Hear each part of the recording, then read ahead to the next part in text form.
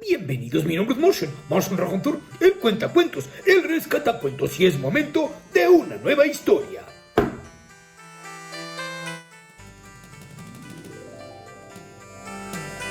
Hola, me da mucho gusto verlos aquí el día de hoy. El día de hoy estoy muy contento porque, esta semana vamos a retomar algunas historias que teníamos olvidadas desde hace algún tiempo. Así es, vámonos a algunas historias bíblicas. Así es, vámonos con dos historias muy interesantes en esta semana. La primera de ellas es la breve historia del rey Salomón. Así es, el rey más sabio que ha existido en toda la tierra. Bueno, esta historia la podemos encontrar en Primera de Crónicas y en el libro de los Reyes. Así es, en el Antiguo Testamento. Bueno, ¿listos? Pues vamos ahí. Antes que nada, este no es más que cuento, es como una reseña, un pequeño resumen de la vida del rey Salomón que aparece precisamente en el Antiguo Testamento. El rey Salomón fue el tercer y último rey del antiguo Reino Unido de Israel. Algunas religiones, no nada más la judeocristiana, sino algunas otras religiones como el Islam o el rastafaranismo, también adoptan la noción de Salomón como un rey sagaz y poderoso y profeta de Israel. Era famosamente reconocido por su sabiduría y sus prolíficos escritos y sus logros arquitectónicos. Según el libro, según la Biblia, nació alrededor del año 1010 antes de la era cristiana. Salomón fue el 10º hijo del rey David, el segundo rey del antiguo Israel unido, y el segundo hijo de Betsabé. Como el rey Saúl y el rey David, el rey Salomón reinó durante 40 largos años en uno de los periodos más álgidos y prósperos en la historia de Israel, y llamado por muchos la Edad de Oro de Israel. Así es. Durante su reinado, Salomón controló rutas comerciales que salían de Edom, Arabia, India, África y Judea, y construyó una red elaborada y rentable de alianzas, cimentada por una enorme asamblea de cientos de líderes, y dicen por ahí que también tenía muchas esposas y concubinas. Se le acredita la construcción del primer templo de Dios en Jerusalén, que fue destruido junto con toda la ciudad por los babilonios en el año 586 antes de la era cristiana. A pesar de los éxitos soberanos iniciales, el fin del reinado de Salomón estuvo marcado por muchas insurrecciones y ataques de enemigos nacionales y extranjeros, así como por la desintegración de la integridad nacional y religiosa debido a los apaciguamientos culturales dentro de Israel. A la edad de 80 años, posiblemente siendo el rey más próspero y productivo que jamás haya gobernado Israel, murió en cerca del año 931 antes de la era cristiana. Pues muy bien, después de este brevario cultural, continuemos con la historia del rey Salomón. Para adentrarnos en la historia de este rey sabio, tenemos que regresar a la historia como nos la narra el Santo Libro. La historia del rey Salomón comienza con su padre, el rey David, y su madre Betsabé. Así es, en las escrituras hebreas, en 2 de Samuel 3, se declara que el rey David, ungido por el profeta Samuel antes de la muerte del rey Saúl para reemplazarlo, se convirtió oficialmente en el rey de Judea por ahí precisamente del 1009-1008 antes de la era cristiana. Más tarde, en 2 de Samuel 5, se declara que todos los ancianos se le declara el rey de todo Israel en el 1002 antes de la era cristiana. Todos los ancianos de Israel se acercaron a él para que fuera su gobernante. Así es, y él hizo un pacto con ellos en Hebrón ante el Señor y ungieron a David como rey sobre Israel. El reinado del rey David duró 40 años y, como el rey Saúl, comenzó mucho mejor de lo que terminó. El celo inicial de David por Dios y por la integridad ética allanó el camino para su temprana fama y fortuna. Aunque siendo un hombre de guerra y sangre, según las escrituras, Dios decidió que David no era el adecuado para que él construyera el templo de Dios, que sería puesto en sus manos de su hijo, de Salomón. Así es, además del asunto ilícito de David y las acciones tortuosas posteriores que llevaron al asesinato de Urías elitita y su después encubrimiento, y complicaron el resto del reinado de David, junto con el asesinato de Amón, el intento de golpe de Absalón, entre otras controversias. Al final de la vida del rey David había perdido contacto con la sociedad israelita y finalmente también perdió el control político de la sociedad. Esto llevó a un intento de golpe por parte de su hijo Adonías, cuya madre era Hagit, la quinta esposa de David. quien se proclamó rey con la ayuda del general Joab y Abiatar el sacerdote. Sin embargo, la mayoría de los agentes institucionales de Israel no apoyaron la afirmación de Adonías. Las escrituras hebreas afirman que el profeta Natán fue el primero y llegó con Betsabé para alertarla sobre la usurpación del trono por parte de Adonías, quien luego fue a su esposo, al rey David, para darle la preocupante noticia. Finalmente el profeta Natán se unió a ellos dos y el rey David oficialmente hizo a Salomón su heredero aparente. Y David dijo: ciertamente tu hijo Salomón será rey después de mí y se sentará en mi trono en mi lugar. Eso lo podemos encontrar en Primera de Reyes 1. Así es. El rey David murió de causas naturales por ahí del 961, antes de la era cristiana. Fue enterrado en Jerusalén y, como se sugiere en las escrituras hebreas y griegas, facilitó el establecimiento del reino eterno de Dios a través de su piedad y su linaje, cumpliendo entonces la promesa de Dios que le había hecho desde Abraham, que de la casa de Abraham vendría David, y de David vendría toda la descendencia de los reyes de Israel, prometiéndole que se establecería un pacto con ellos también, mientras ellos no se alejaran de él, siempre habría un descendiente de David en el trono. Así es.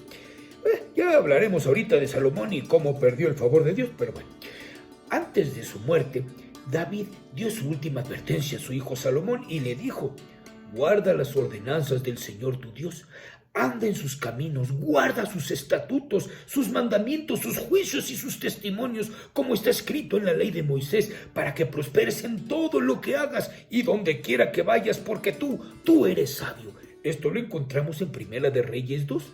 La amenaza de guerra civil y la ejecución inmediata de Adonías como traidor se evitó por un tiempo. Sin embargo, Adonías intentó poseer a la ex concubina del rey David, Abisag, la sunamita.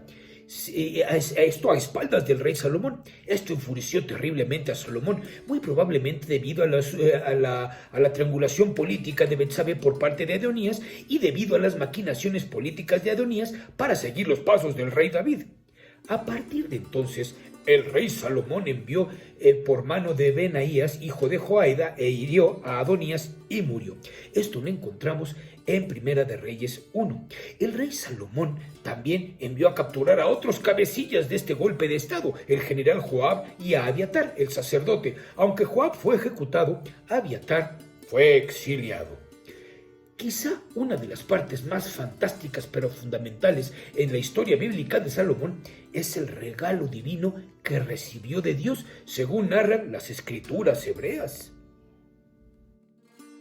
Salomón imploró: ahora, oh Señor mi Dios, que se establezca tu promesa para con David mi padre, porque me has hecho rey sobre un pueblo que es como el polvo de la tierra en multitud. Ahora dame sabiduría y conocimiento. Según las escrituras, esto impresionó a Dios, por lo que Salomón recibió no solo conocimiento y sabiduría, sino también riquezas y poder y honor, como ninguno de los reyes que fueron antes de ti, ni ninguno después de ti tendrá semejante. Esto lo podemos ver en Segunda de Crónicas 1. Así es. El Corán de los musulmanes también indica que Salomón recibió un don divino de sabiduría junto con otros dones especiales. Dice la escritura del Corán: hicimos que Sulaimán, Salomón, entendiera el caso y que cada uno de ellos le dimos juicio y conocimiento. Eso también lo ponen ahí los musulmanes. Bien. La prosperidad y el éxito de Salomón también se lograron mediante ingeniosas reformas e innovaciones, como la mejora de las medidas de defensa, la expansión de la corte real, la ganancia financiera inesperada de impuestos más sofisticados, el reclutamiento laboral de cananeos e israelitas y los tributos y obsequios de países extranjeros bajo la influencia de Salomón, y un sistema de comercio terrestre y marítimo que utilizaba una poderosa armada y un ejército para proteger los activos y las rutas comerciales. Una de las partes o de las historias más conocidas del rey Salomón es cuando usa la sabiduría salomónica, cuando dos madres tratan bueno, dos mujeres reclaman como suyo a un bebé, y cuando Salomón lo único que les dice es muy bien, es muy fácil, cada una reclama una parte del niño, pues pártanlo a la mitad y a cada una denle una parte. Esto asustó a una de las mujeres que dijo, no importa, por favor, mejor que se lo quede ella para que el niño viva, y la otra estaba muy dispuesta a partir al niño a la mitad. Y se dice que entonces Salomón mandó arrestar a la que no dijo nada y le devolvió el niño a la que había dicho que se lo quedara la otra mujer. ¿Por qué? Porque se veía que el amor era suficiente de la verdadera madre, parte de la sabiduría de Salomón. Así es, por eso ahora cuando hay muchas disputas dice, pues pártelo a la mitad, mitad y mitad, y es sabiduría salomónica, dice esta leyenda. Según las escrituras hebreas, el rey hizo que la plata y el oro fueran tan comunes en Jerusalén como las piedras, e hizo los cedros tan abundantes como los sicomoros que hay en las tierras bajas. Esto está en Segunda de Crónicas 1. El rey Salomón también era famoso por sus relaciones internacionales, formando alianzas con otras naciones poderosas cercanas como Egipto, Moab, Tiro, Arabia, etc. Muchas de estas asociaciones se cimentaron a través de matrimonios reales y la entrega de concubinas a Salomón, lo que finalmente, según las crónicas, dice que tenía 700 esposas y 300 concubinas. Una de las relaciones político-amorosas más famosas del rey Salomón es particularmente con la reina de Saba. Algunos especulan que actualmente esa región es Yemen, actualmente, así es, pero bien. Esta reina visitó Israel con un generoso tributo de 120 talentos de oro. Las escrituras hebreas dicen, y cuando la reina de Saba vio la sabiduría de Salomón, la casa que él había construido, la comida en su mesa, los asientos de sus sirvientes, el servicio de sus camareros y sus ropas, sus coperos y sus vestidos, y su entrada por la cual subió a la casa del Señor, no había en ella más espíritu. Esto fue en Segunda de Crónicas 9. Claramente, la reina de Saba quedó impresionadísima con Salomón y con todos sus logros, y los dos cultivaron una relación muy personal. Con la reina de Saba encontró la ayuda para crear, fomentar y mantener el comercio de Salomón con otros reyes árabes.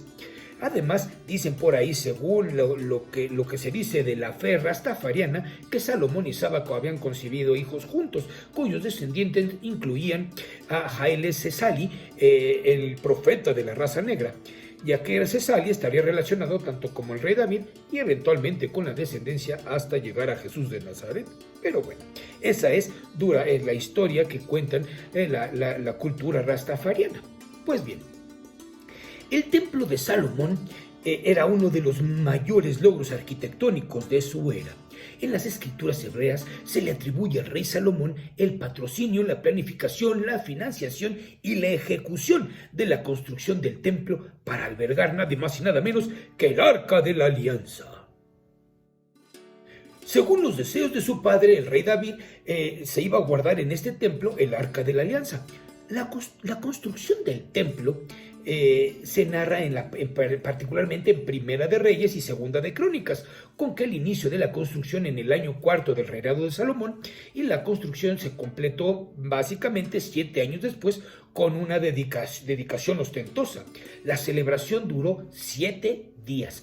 Salomón sacrificó 22,000 bueyes y 120,000 ovejas para celebrar la finalización del templo y la voluntad de Dios de morar entre ellos, ahí en el lugar santísimo. Así es, el diseño arquitectónico del templo se inspiró en el tabernáculo que le había dado instrucciones Dios a Moisés de cómo tenían que hacerlo. Y con este diseño se hizo el templo. Se inspiró en este diseño. Este tabernáculo en algún momento albergó el Arca de la Alianza durante siglos y primero todo el peregrinaje de los hebreos en el desierto y durante varios siglos que lo tenían en el lugar santísimo, así es, en el tabernáculo. Es Este templo era bastante lujoso, tenía el doble de tamaño y estaba construido principalmente de piedra, con paneles de cedro para ocultar toda la albañilería que estaba recubierta de oro. El interior del templo estaba decorado con elaboradas tallas de calabazas y flores abiertas, candelabros de oro, un altar de incienso también llamado el altar de oro, y dos pilares de bronce, entre otros adornos. Era una arquitectónica menos avanzada, con más de 100 pies de largo por 40 de ancho y por 60 pies de alto, o sea, como 30 por 12 por 18 metros, con puertas exteriores de marfil. El primer templo debió haber parecido una imposibilidad, un logro milagroso para la mayoría de los visitantes israelitas. Según las escrituras hebreas, después de que se completó el templo, Salomón finalmente hizo que el arca de la alianza se trasladara de la tienda que el rey David había hecho para ella y la colocó en su cámara especializada en el extremo más occidental del templo, llamado el lugar santísimo, el santo de los santos. Era un cubo perfecto de 20 por 20 por 20 pies. Esta era la habitación más sagrada que nadie, excepto el sumo sacerdote, y el día de la expiación podía entrar, y porque si alguien podía entrar, podía morir, y inclusive el sacerdote podía entrar y también podía morir, porque ahí se expiaban los pecados y se hablaba directamente con Dios. El templo no solo albergaba el arca de la alianza, también a los sacerdotes levitas de Dios, y también se construyeron cuartos laterales con un patio alrededor de todo el edificio, con áreas separadas tanto para los sacerdotes como para gente común de Israel. Como constructor, Salomón también participó en otros proyectos de construcción como su palacio personal, el Palacio del Bosque del Líbano, el Salón de los Pilares y el Salón de la Justicia. Sin embargo, Salomón no se restringió sus proyectos solo a Jerusalén. También reconstruyó varias ciudades, encargó flotas de barcos y construyó numerosos puertos para acomodar la munificencia de las rutas comerciales, y construyó establos para albergar a sus miles de caballos y carros. Incluso es posible que hubiese ayudado a erigir o financiar a través del saqueo del templo por parte de los asirios o babilonios los famosos jardines colgantes. Así es, una de las legendarias 7 maravillas del mundo antiguo. Al rey Salomón también se le atribuye la contribución de varios libros y obras literarias en las escrituras hebreas, incluido el libro de Proverbios, el Cantar de los Cantares y Eclesiastés, así como también se le atribuye haber escrito tradicionalmente algunas obras extrabíblicas que incluyen cancioneros, musicales, poesía, historia, obras científicas de botánica y zoología. Bajo Salomón, la Edad de Oro de Israel produjo la mayoría de las obras que finalmente se reunieron en la sección de los escritos o Ketubim, de las escrituras hebreas. Aunque la teología es un componente de los escritos de Salomón, el género de la sabiduría, también visto en la literatura egipcia y acádica, se enfoca más en áreas fuera de la teología, brindando consejos sobre el mundo creado, las relaciones, los asuntos prácticos y una variedad de temas o desafíos personales. Por lo tanto, Proverbios trata sobre el arte de vivir, sobre cómo tomar decisiones inteligentes para el bienestar futuro de uno mismo. El Cantar de los Cantares o el Canto de Salomón es un poema romántico que presenta la unión definitiva entre el novio y la novia, centrándose en temas de amor, sabiduría, belleza, poder, deseo, sexo, lealtad, etc. El libro de Eclesiastés es un testamento real que incluye reflexiones personales, meditaciones e instrucciones sobre el significado y los propósitos de la vida, aludiendo a varios aspectos que le habían sido revelantes para las propias experiencias personales del rey Salomón: sabiduría, futilidad, riqueza, siervo, hedonismo, productividad y humilde autorrealización. Aunque Salomón fue el sabio original de muchos de sus proverbios, también buscó en su reino e imperio otros escritos e ideas de hombres eruditos que incluyó en sus compilaciones. Asimismo, la sabiduría no nada más proviene de uno, o sea, de entrada proviene de Dios, pero el chiste también es buscar y rodearte de gente también sabia para refrescar tus ideas y para darte otra perspectiva. Y eso lo hacía muy bien Salomón. Fuera de las escrituras hebreas, también existen escritos que se atribuyen al rey Salomón, aunque de por ahí se ha encontrado en el fragmento muratoriano que sugiere que estos escritos fueron escritos por los amigos de Salomón en su honor. A pesar de todos estos grandes logros, las escrituras hebreas indican el declive de Salomón y que fue muy similar a la caída de los reyes anteriores de Israel. ¿Similar en qué? En que la vanidad personal y el compromiso religioso y moral condujeron a la desintegración social y a la disensión. Salomón lentamente marginalizó su relación y obligaciones con Dios para apaciguar a sus muchas esposas extranjeras y para proteger la prosperidad y longevidad de su reino.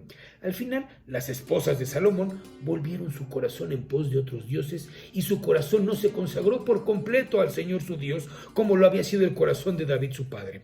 Esto lo vemos en Primera de Reyes 11. Y las acciones desleales y la actitud ingrata de Salomón, a pesar de ser el hombre más sabio y bendecido de la tierra, provocaron la ira y el juicio del Señor. Por todo esto, aunque todavía podía mantener el control de la nación de Israel debido a la promesa de Dios para con el rey David, Salomón perdió la protección y el favor de Dios que antes le había proporcionado una paz y una prosperidad notables, cuando eran obedientes a Dios, claro. Salomón pronto encontró nuevos desafíos dentro y fuera de su reino, incluido Jeroboam, a quien el profeta Ahías le prometió reinar sobre Israel, desde Hadad de Edom, que desafió el control territorial de Salomón en el territorio del sur de Israel, y desde Rezón de Damasco, quien amenazó el control de Salomón sobre el territorio del norte de Israel.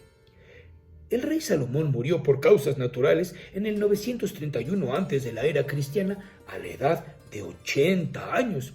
Su hijo, Roboam, heredó el trono, que bueno, con todas estas amenazas y disidencias, provocó una guerra civil, y ese fue el final del Reino Unido de Israel en el año de 1930 antes de la era cristiana. Recuerden que antes de Cristo contamos como que de más a menos, ¿no? Por eso.